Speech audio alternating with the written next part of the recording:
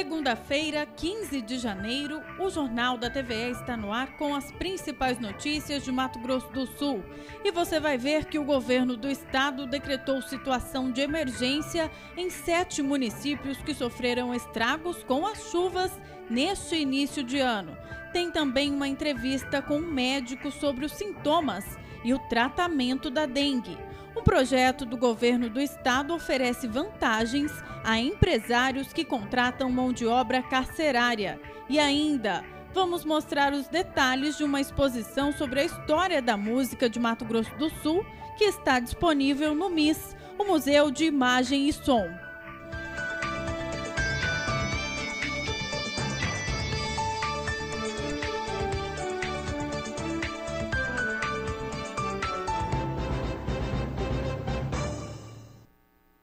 Olá, seja bem-vindo ao Jornal da TVE de hoje. O governo de Mato Grosso do Sul decretou situação de emergência em 7 cidades do estado.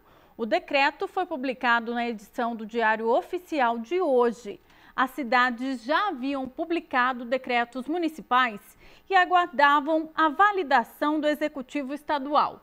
Conforme o documento, os municípios de Iguatemi, Itacuru, Sete Quedas, Coronel Sapucaia, Novo Horizonte do Sul, Itaquiraí e Eldorado foram afetados por desastre qualificado e codificado como chuvas intensas, registradas no fim do ano passado e início deste ano.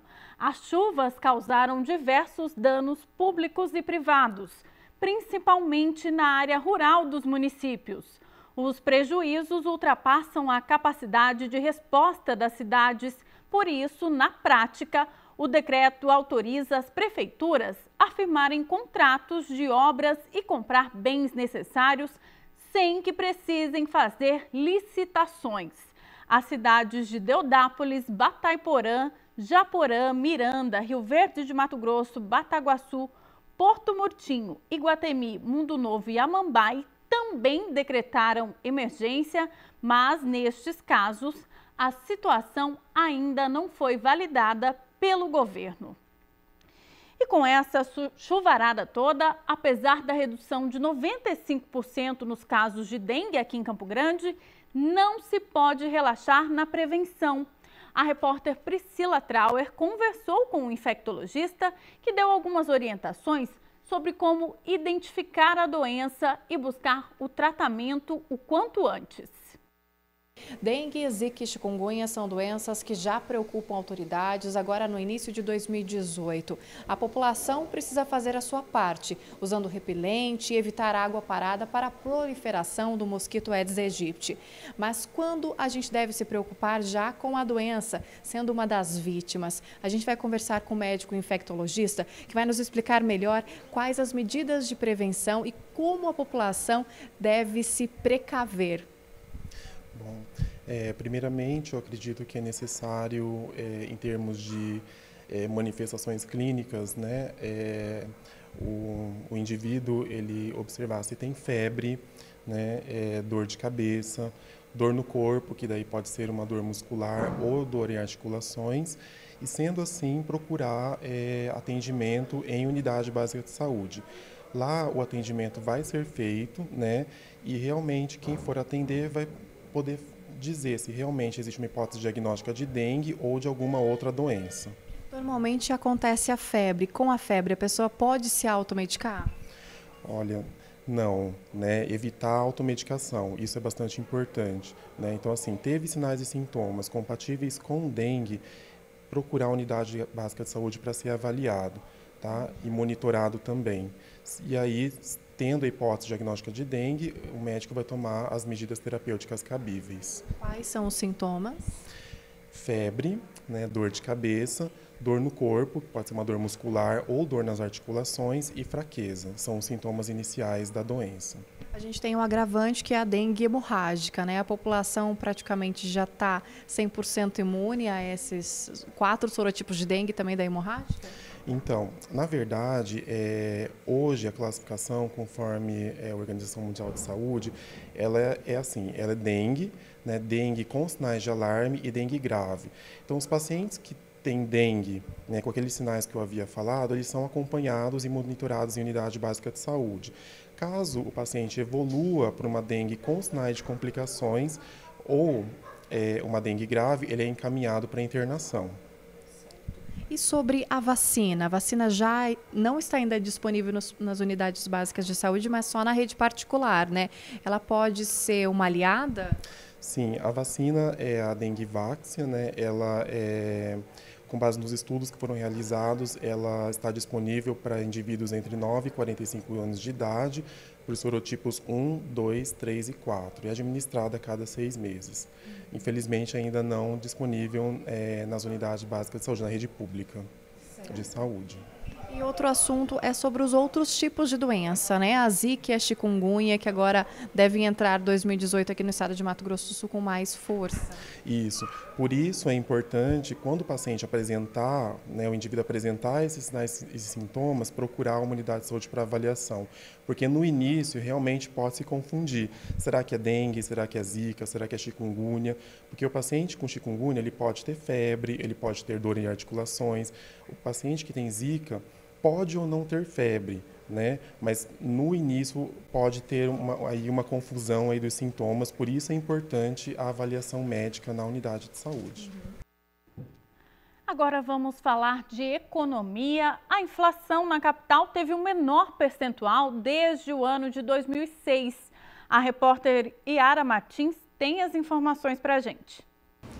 Campo Grande fechou o ano de 2017 com a inflação de 2,6%, o menor percentual desde o ano de 2006, de acordo com o Núcleo de Estudos e Pesquisas Econômicas da Uniderp. O endividamento da população e a super safra de grãos, que reduziu o preço de alguns alimentos, favoreceram a queda, além das medidas econômicas adotadas pelo país. O índice ficou abaixo da meta de 4,5% do Conselho Monetário Nacional. Yara Martins para o Jornal da TVE. E um projeto do Ministério da Justiça tem oferecido vantagens trabalhistas para empresários que contratam mão de obra carcerária. O Resgata é o selo nacional de responsabilidade social. Veja como funciona na reportagem de Priscila Trauer. A empresa de Lucas, há 3 anos, vem utilizando a mão de obra do sistema prisional de Mato Grosso do Sul. Dentro do Instituto Penal de Campo Grande, funciona uma das linhas de produção, onde detentos executam todos os processos para a venda da mandioca embalada. Sai daqui, em média, 2.000 quilos de mandioca pronta para o comércio. Para mim foi muito bom, porque eu não tenho alguns encargos empregatícios, né, com eles, porém a gente paga o salário, né? E para mim se encaixou muito bem por conta de ter a mão de obra também, né? Então hoje a gente, às vezes na rua, a gente tem dificuldade de conseguir mão de obra, né? Tudo bem que a mão de obra, às vezes, prisional não é qualificada para o nosso serviço, mas a gente vai tendo as experiências, né? E se encaixou muito bem. Empresários de todo o país já podem participar de um programa de certificação de responsabilidade social por utilizar trabalho no sistema carcerário. As 168 empresas sul-mato-grossenses estão aptas e podem se inscrever, mas precisam cumprir algumas exigências do programa. O selo Resgata é um projeto do Ministério da Justiça, juntamente com o Departamento Penitenciário Federal, com o objetivo de incentivar os nossos empregadores, dar visibilidade nacional aos empregadores que acreditam nesse tipo de iniciativa de emprego de trabalho prisional. Além da certificação, os empresários esperam incentivos fiscais, política que já foi implantada em outros estados. A gente tem uma carga tributária muito grande, né, fiscal, e sim, tudo que vir, né, nesse sentido é bem-vindo, né? Nós temos projetos de lei, tem outros estados que já tomaram esse caminho e nós acreditamos que futuramente o nosso estado também vai estar nessa lista aí de bons incentivos fiscais para esse tipo de iniciativa. Trabalham 424 presos dos 1.319 detentos do Instituto Penal. No estado de Mato Grosso do Sul, 5.200 são trabalhadores do sistema carcerário. De cada 3 dias trabalhados, 1 é abatido da pena. Para os empresários, há vantagens como a dispensa de encargos trabalhistas e mão de obra barata, 3/4 do valor do salário mínimo. tendo esse tipo de contratação, você vai estar refletindo de uma maneira social, inserindo pessoas que não tinham o hábito do trabalho, não tinham a disciplina do trabalho, a terem uma nova visão para a vida. Para selecionar o preso que vai fazer algum tipo de atividade, existe uma comissão técnica dentro do presídio. Em conjunto, avaliam o comportamento e capacidade para a função. O interno passa por todos os setores da unidade, setor disciplinar, setor de segurança, setor psicológico, social. Aí essa comissão técnica de classificação se reúne e juntos, né, em cima do perfil que é traçado por toda a equipe, é visto em qual setor ele se adaptaria melhor e renderia melhor dentro da unidade prisional. Antônio cumpre pena em regime fechado há quase 6 anos. A condicional sai agora em 2018. Ele ganhou o benefício de cada dia trabalhado, é descontado. Do contrário, precisaria pagar os 17 anos da condenação. A oportunidade é vista com bons olhos, uma vez que permite uma ocupação produtiva ao custodiado. Se não tivesse essa mão de obra hoje, usando aqui dentro, pelos empresários que estão em seu serviço aqui dentro, para nós ser bem feito, automaticamente não teremos pessoas que não têm o que fazer aqui dentro. E aqui tem 2 caminhos, você pode seguir o bom ou o ruim, basta você querer. Claro, o bom aqui dentro é mais difícil seguir, mas tem pessoas dignas que querem seguir esse caminho bom aqui e ser ativamente a sociedade outra vez. É isso que nós podemos fazer aqui nessa equipe que está aqui trabalhando aqui.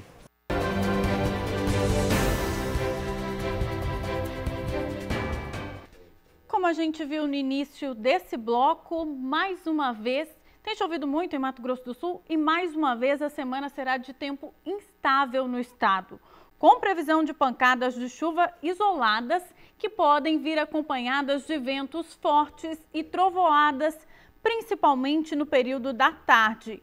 As temperaturas continuam subindo no estado, de acordo com o IMET, o Instituto Nacional de Meteorologia, sendo que a mínima prevista para hoje é de 19 graus, enquanto a máxima pode chegar aos 34 graus no estado. No município de Taquarussu, mínima de 23 graus e máxima de 29. Já em Rio Brilhante, mínima de 21 graus e temperatura máxima de 27 graus. E em Angélica, a temperatura também não passa dos 27 graus.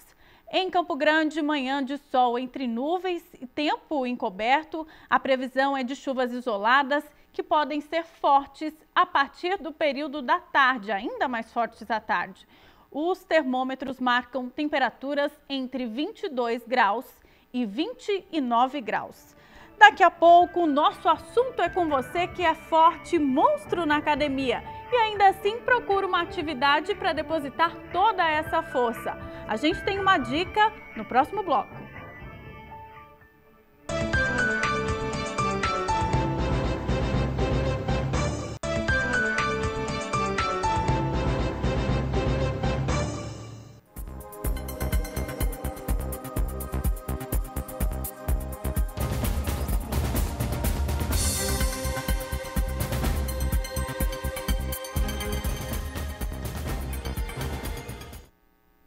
Estamos de volta e começaram hoje as matrículas para quem estava na fila de espera dos Centros de Educação Infantil aqui da capital.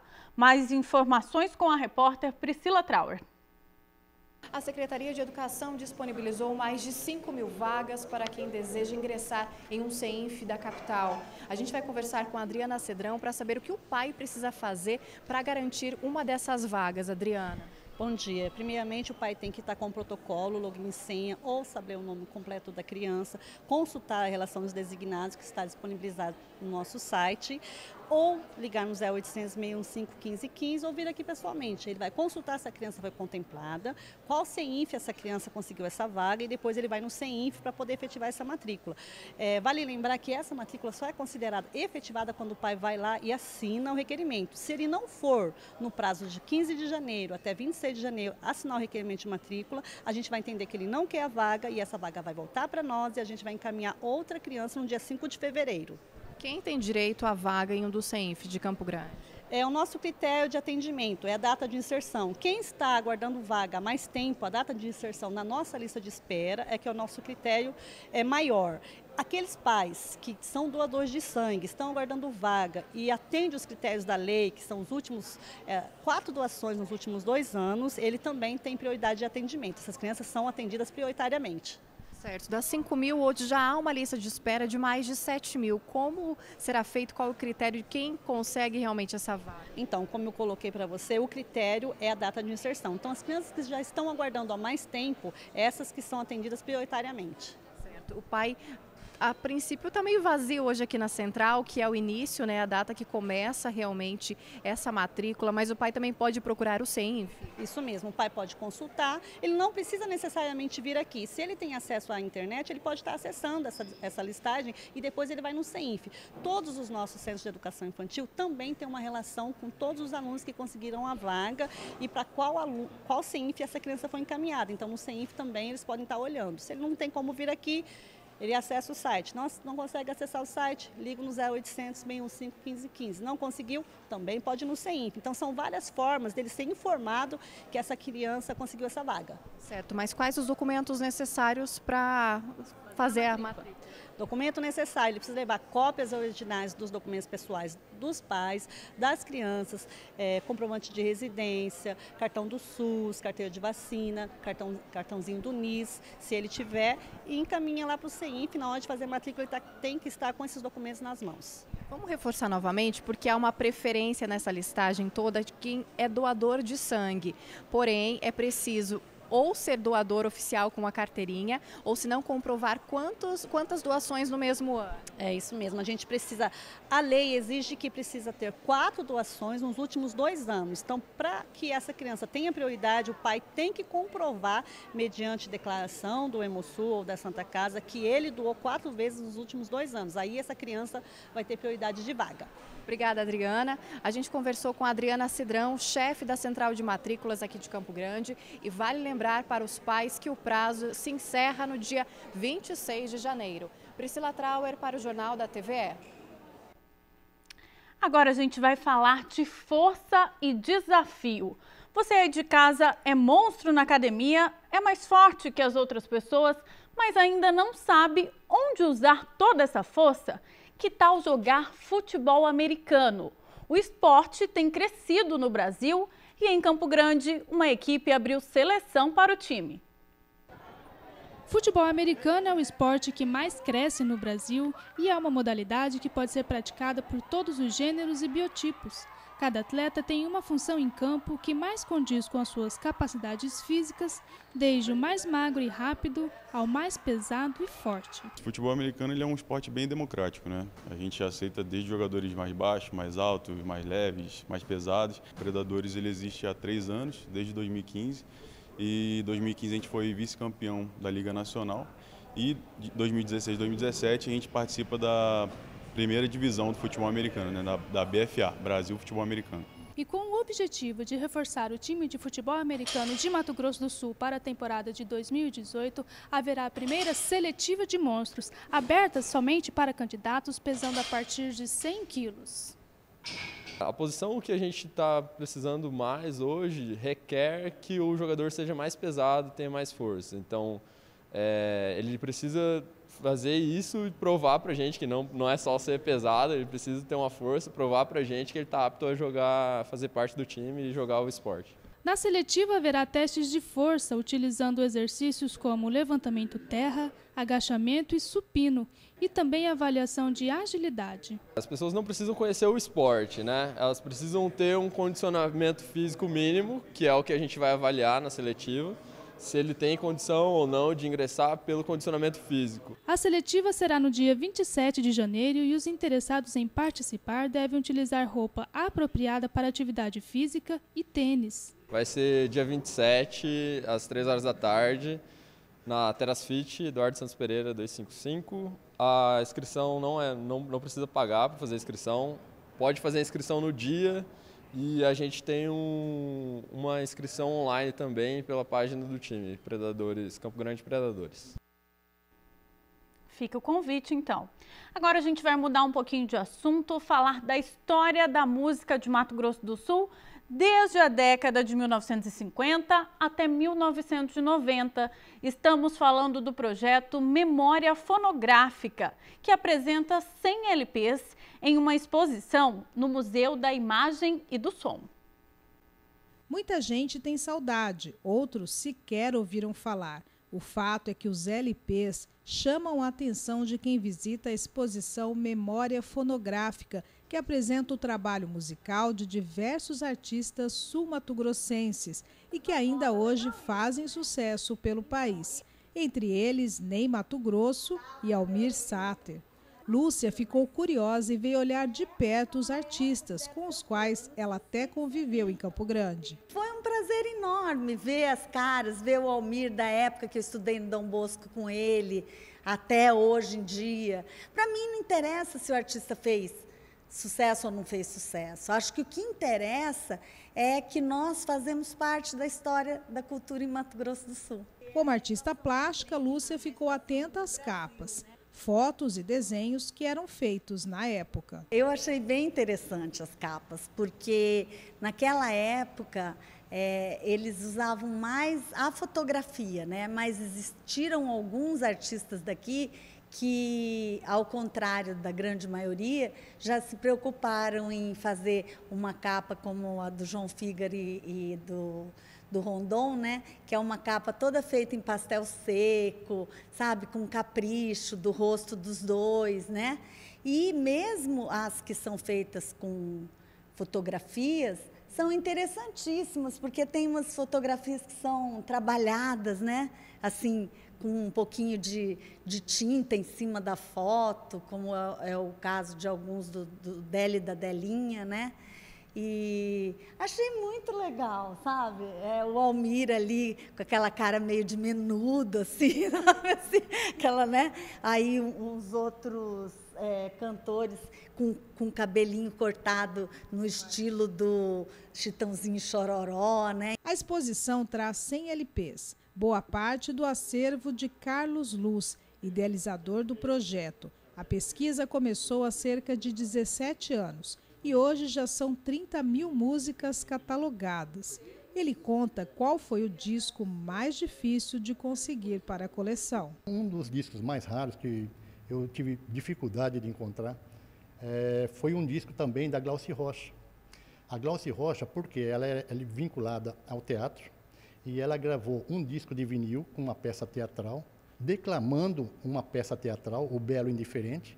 E esse trabalho foi um trabalho cultural. A Glauci, que é nascida aqui em Campo Grande, então, quando nós buscamos o disco de vinil, nós buscamos na parte de música, mas tem também na parte do teatro, na parte da literatura, na parte de poesia. Então, muitas vezes, a nossa pesquisa não pode ser direcionada só à questão da vertente musical, e sim da cultura de uma forma geral. O pesquisador explica ainda qual o maior objetivo do projeto.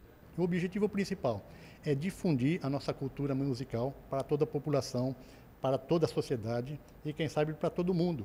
Por quê? Porque o objetivo do museu, em si, não é simplesmente salvaguardar um acervo ou simplesmente ter a propriedade de um acervo. A função do museu é a difusão cultural desse acervo para toda a população.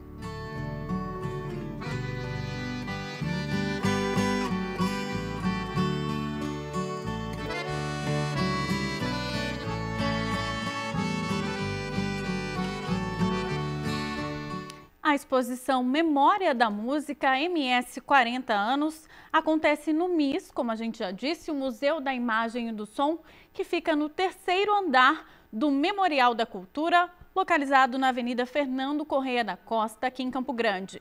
As visitas podem ser feitas no horário comercial. E o Jornal da TVE chegou ao fim. Que você tenha uma ótima semana. Amanhã a gente está de volta e eu te espero. Até lá!